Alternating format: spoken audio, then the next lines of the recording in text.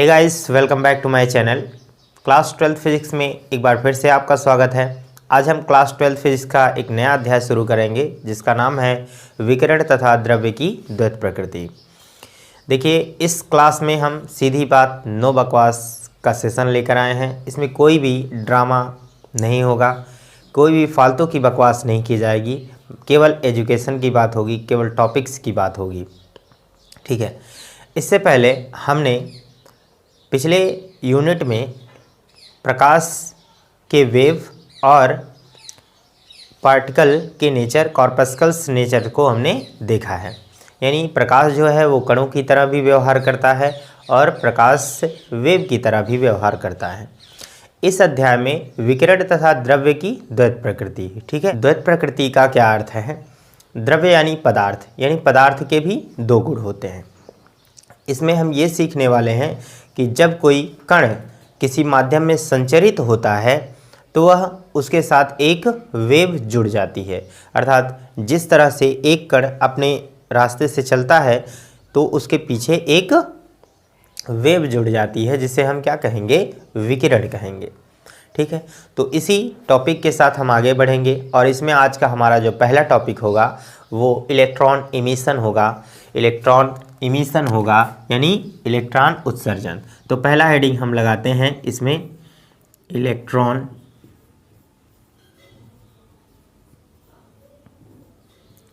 उत्सर्जन, और इंग्लिश में इसे कहते हैं इलेक्ट्रॉन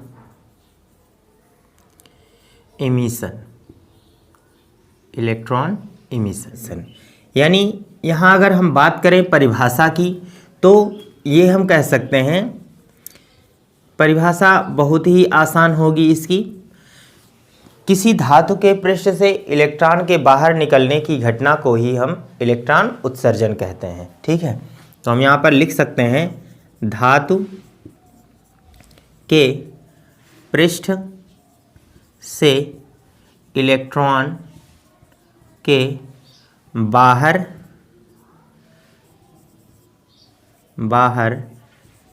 निकलने की घटना को ही हम क्या कहते हैं? इलेक्ट्रॉन उत्सर्जन। देखिए, सामान्यतः किसी धातु के पृष्ठ से इलेक्ट्रॉन उत्सर्जित नहीं हो पाते हैं। जैसे हम यहाँ पर बात करें, एक यह धातु का पृष्ठ है, इसमें प्लस और माइनस यानी प्रोटॉन्स और इलेक्ट्रॉन्स की संख्या क्या होती है? बराबर होती है। जब यहाँ से कोई इलेक्ट्रॉन बाहर निकलना चाहता है, यदि थोड़ी सी इलेक्ट्रॉन को ऊर्जा मिल जाए तो ये इलेक्ट्रॉन जो है इस धातु के पृष्ठ से बाहर निकलना चाहता है, लेकिन जिस क्षण यह इलेक्ट्रॉन यहाँ से बाहर निकलेगा ठीक उसी क्षण यह पूरा पृष्ठ धनावेशित हो जाएगा। कैसे? क्योंकि धन और ऋण बराबर है, इसमें से एक माइनस कम हो गया, अर्थात ये एक पॉजिटिव बढ़ जाएगा। एक पॉजिटिव अगर बढ़ गया तो इसका मतलब ये पूरा पृष्ठ क्या होता है? धनावेश की तरह व्यवहार करता है, और ये प्लस और माइनस में अट्रैक्शन होता है, पुनः इस इलेक्ट्रॉन को क्या करता है? यहाँ पर अट्रैक्ट कर लेता है। ठीक है। अगर हम इस इलेक्ट्रॉन को कुछ ऊर्जा और दे दें, यदि ऊर्जा और दे दें तो यह इलेक्ट्रॉन इस धातु के पृष्ठ से बाहर निकल जाएगा। ठीक है। तो इसी घटना को ही हम क्या कहते हैं? इलेक्ट्रॉन उत्सर्जन। ठीक है। तो काफ़ी आसान है, आप समझ गए होंगे। अब हम यहाँ पर कुछ बातें समझेंगे कि इलेक्ट्रॉन को कौन कौन सी ऊर्जा दें, कैसी ऊर्जा देने पर इलेक्ट्रॉन धातु के पृष्ठ से बाहर निकल सकता है, किस किस विधियों द्वारा। लेकिन इससे पहले हम यहाँ पर समझेंगे एक बहुत ही इम्पॉर्टेंट हेडिंग जिसका नाम है कार्यफलन। क्या होगा? कार्यफलन। इंग्लिश में कहते हैं हम इसे वर्क फंक्शन। ठीक है। जैसे हम जब किसी धातु के पृष्ठ पर को ऊर्जा देते हैं, यानी हम समझिए कि इलेक्ट्रॉन को ऊर्जा दे रहे हैं, तो वह न्यूनतम ऊर्जा जिसे इलेक्ट्रॉन ग्रहण करने के बाद धातु के पृष्ठ से बाहर निकल जाता है, उसे उस धातु के पृष्ठ का कार्यफलन कहते हैं। ध्यान रखना, इलेक्ट्रॉन ग्रहण करता है ऊर्जा को और वह पृष्ठ से बाहर निकलता है, लेकिन हम कार्यफलन इलेक्ट्रॉन का नहीं कहेंगे बल्कि उस धातु के पृष्ठ का कहेंगे जिस धातु से वह इलेक्ट्रॉन निकल रहा है। ठीक है, तो यहाँ पर परिभाषा आप लिखिएगा। कार्यफलन की जो परिभाषा है वो बहुत इंपॉर्टेंट है। ठीक है, इसको आप ध्यान रखिएगा, कई बार एग्जाम में ये पूछा गया है कि कार्यफलन क्या होता है। तो यह एक इम्पॉर्टेंट टॉपिक है, मैं इसे हैशटैग कर सकता हूँ। ठीक है, हैशटैग स्टार दे दीजिए क्योंकि ये बहुत ही इम्पॉर्टेंट है। तो क्या कह रहे हैं हम, किसी धातु के पृष्ठ पर पड़ने वाली वह न्यूनतम ऊर्जा जिसे इलेक्ट्रॉन ग्रहण करने के बाद धातु के पृष्ठ से बाहर निकल जाता है उसे उस धातु के पृष्ठ का कार्यफलन कहते हैं। ठीक है, नोट्स आपको पीडीएफ में मिल जाएगा, आप वहाँ से परिभाषा को डाउनलोड कर लीजिए या फिर हमारे इस सेशन को सुनने के बाद आप क्या करिए, उसे नोट कर लीजिएगा। ठीक है, तो ये हुआ धातु का कार्यफलन होता है, ना कि इलेक्ट्रॉन का। धातु के पृष्ठ का कार्यफलन। ठीक है, याद रखेंगे, इलेक्ट्रॉन का कार्यफलन नहीं होता है। कार्यफलन को हम ओमेगा 0 से, है ना, इसे ओमेगा 0 से प्रदर्शित करते हैं,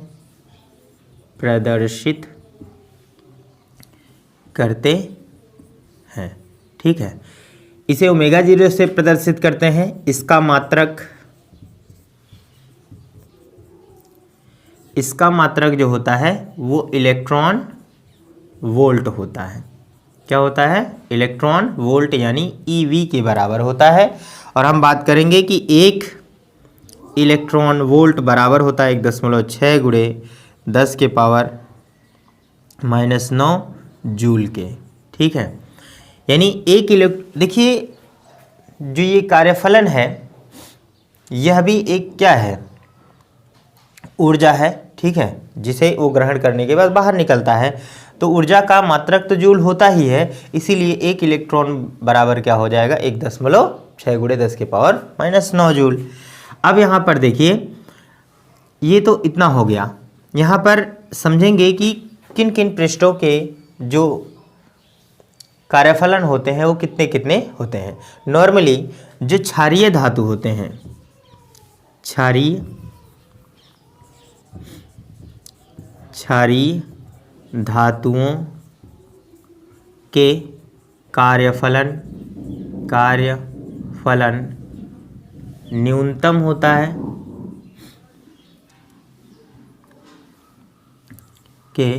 न्यूनतम होते हैं। ठीक है, जैसे बात करेंगे सीजियम की। सीजियम यानी CS, यह एक क्षारीय धातु है। तो इसका जो कार्यफलन होता है वो 2.14 होता है, जो कि एक न्यूनतम मान है। यानी यदि हम सीजियम को 2.14 इलेक्ट्रॉन वोल्ट की ऊर्जा अगर दे दें तो सीजियम धातु के पृष्ठ से इलेक्ट्रॉन बाहर निकल जाएंगे। ठीक है, इसी तरह से एक बात करें प्लेटिनम की। प्लेटिनम एक धातु है, आप जानते हैं। प्लेटिनम को Pt से प्रदर्शित करते हैं। इसका जो कार्यफलन होता है वो होता है 5.65 इलेक्ट्रॉन वोल्ट, और यह एक अधिकतम मान है। अर्थात अगर प्लेटिनम धातु को हम 5.64 गुणे 5 इलेक्ट्रॉन वोल्ट की ऊर्जा दे देंगे तो इसके पृष्ठ से इलेक्ट्रॉन क्या होंगे, बाहर निकलने लगेंगे। ठीक है, आप इसका स्क्रीनशॉट ले लीजिए, PDF आपको नोट्स में मिल जाएगा, तो कोई दिक्कत नहीं है। आप इसका स्क्रीनशॉट लीजिए, फिर हम आगे इसी में कंटिन्यू करेंगे। ठीक है, आगे समझेंगे कि इलेक्ट्रॉन हम किस किस तरह से बाहर निकाल सकते हैं। हमारा नेक्स्ट टॉपिक है इलेक्ट्रॉन उत्सर्जन के प्रकार, यानी किसी धातु के पृष्ठ पर हम कौन कौन से ऑब्जर्वेशन करके धातु के पृष्ठ से इलेक्ट्रॉन को बाहर निकाल सकते हैं। तो इसमें हमारा पहला टॉपिक होगा तापायनिक उत्सर्जन। तापायनिक उत्सर्जन यानी ताप के प्रभाव से यदि किसी धातु के पृष्ठ से इलेक्ट्रॉन बाहर निकलते हैं तो उसे हम क्या कहते हैं, तापायनिक उत्सर्जन। इसे हम इंग्लिश में थर्मियोनिक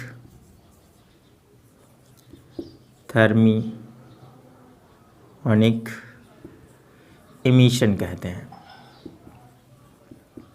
ठीक है, यानी ताप के प्रभाव से यदि किसी धातु के पृष्ठ से इलेक्ट्रॉन बाहर निकल जाए तो उसे हम क्या कहते हैं, तापायनिक उत्सर्जन कहते हैं। ठीक, दूसरा है हमारा प्रकाश वैद्युत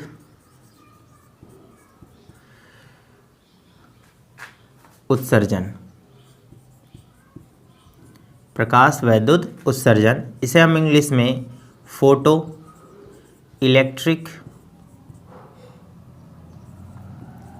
इमिशन कह सकते हैं। ठीक है, यानी जब किसी धातु की पृष्ठ पर उपयुक्त आवृत्ति की, उपयुक्त यहाँ पर लिख लेंगे, उपयुक्त आवृत्ति के प्रकाश पड़ने पर धातु के पृष्ठ से इलेक्ट्रॉन बाहर निकलने लगते हैं तो ऐसी घटना को हम प्रकाश वैद्युत उत्सर्जन कहते हैं। काफ़ी आसान है, आप समझ सकते हैं। तीसरा है हमारा यहाँ पर क्षेत्र उत्सर्जन, या हम कहें क्षेत्रीय उत्सर्जन। इसे हम इंग्लिश में क्या कहेंगे, फील्ड इमिशन। Field emission. देखिए, किसी धातु के पृष्ठ पर उचित वैद्युत क्षेत्र लगाने पर यदि धातु के वैद्युत क्षेत्र स्थापित करने पर यदि किसी धातु के पृष्ठ से इलेक्ट्रॉन बाहर निकलने लगे तो उसे हम क्या कहेंगे, क्षेत्रीय उत्सर्जन। और इसमें हमारा चौथा टॉपिक होगा, जो होगा वह कह सकते हैं द्वितीयक उत्सर्जन। द्वितीयक उत्सर्जन, यानी इसे हम इंग्लिश में क्या कहते हैं, सेकेंडरी इमिशन। ठीक है, अब इसका क्या अर्थ होता है, यदि उच्च ऊर्जा वाले इलेक्ट्रॉन किसी धातु पर आपतित हों तो उस पृष्ठ से इलेक्ट्रॉन क्या होते हैं, उत्सर्जित होने लगते हैं। देखिए, इस टॉपिक को हम ऐसे समझ सकते हैं, जैसे यह हमारा एक धातु का पृष्ठ है, इस पर इस तरह से इलेक्ट्रॉन मान लीजिए आपतित हो रहे हैं। ठीक है, और यह इलेक्ट्रॉन कैसे होंगे, उच्च ऊर्जा वाले होंगे। इन इलेक्ट्रॉनों को हम क्या कह सकते हैं, उच्च ऊर्जा। इनकी ऊर्जा क्या होनी चाहिए, उच्च होनी चाहिए, है ना। यदि उच्च ऊर्जा वाले इलेक्ट्रॉन किसी धातु के पृष्ठ पर आपतित होते हैं तो उस पृष्ठ से इलेक्ट्रॉन क्या होते हैं, उत्सर्जित होने लगते हैं। तो इन्हें ही हम क्या कहते हैं, द्वितीयक उत्सर्जन। इन इलेक्ट्रॉनों को क्या नाम देंगे, द्वितीयक इलेक्ट्रॉन, यानी ये क्या होंगे, द्वितीयक इलेक्ट्रॉन है। और जो पहले आपतित हो रहे हैं इन्हें हम नाम दे सकते हैं प्राथमिक इलेक्ट्रॉन। ठीक है, प्राथमिक इलेक्ट्रॉन। जब उच्च ऊर्जा वाले प्राथमिक इलेक्ट्रॉन किसी धातु के पृष्ठ पर पड़ते हैं तो उस पृष्ठ से इलेक्ट्रॉन उत्सर्जित होने लगते हैं, जिन्हें हम द्वितीयक इलेक्ट्रॉन तथा इस पर पूरी परिघटना को द्वितीयक उत्सर्जन कहते हैं। ठीक है, तो इस तरह से हम अपने इस टॉपिक को समझ सकते हैं। आप इतना नोट करिए, फिर हम आगे अगला टॉपिक स्टार्ट करते हैं।